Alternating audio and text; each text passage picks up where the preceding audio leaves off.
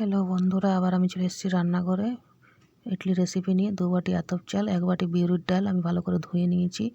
রাতভর আমি ভিজতে দিয়ে দিয়েছি। সকালে আমি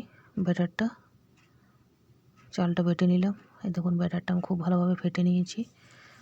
3-4 ঘন্টা আমি রোদে রেখে দেবো চাল ঢাকা দিয়ে। এই দেখুন, ফুলে অনেকটা হয়ে গিয়েছে। স্বাদ মতো নুন, খাবার সোডা আমি দিয়ে ভালোভাবে ফেটে নেব। এদিকে আমি ব্রাশ করে নিচ্ছি। দেখুন, তেলে দিয়ে আমি ব্রাশ করে নিলাম। এবার আমি 1 হাতা করে দিয়ে দেবো, ওটা ভরে দেবো সবগুলোতে।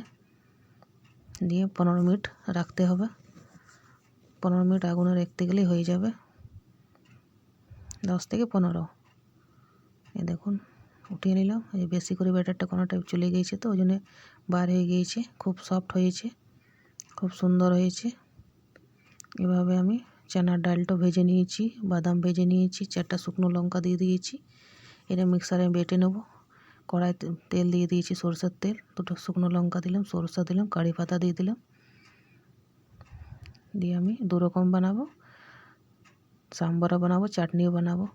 এরকম সাম্বার আমি জল দিয়ে দিলাম, স্বাদ মতো নুন দিয়ে দিলাম, জলজিরা দিয়ে দিলাম। এটা সাম্বার। ওইভাবে আমি চাটনিটাতেও দিয়ে দেবো, নুন জলজিরা দিয়ে দিলাম। এবার পিস করে নেব ইডলিগুলোকে। সাম্বার দিয়ে দেবো, নুন দিলাম, জলজিরা দিলাম, জিরা শুকনো লঙ্কা গুঁড়ি আমি দিয়ে দিলাম। এভাবে বানিয়ে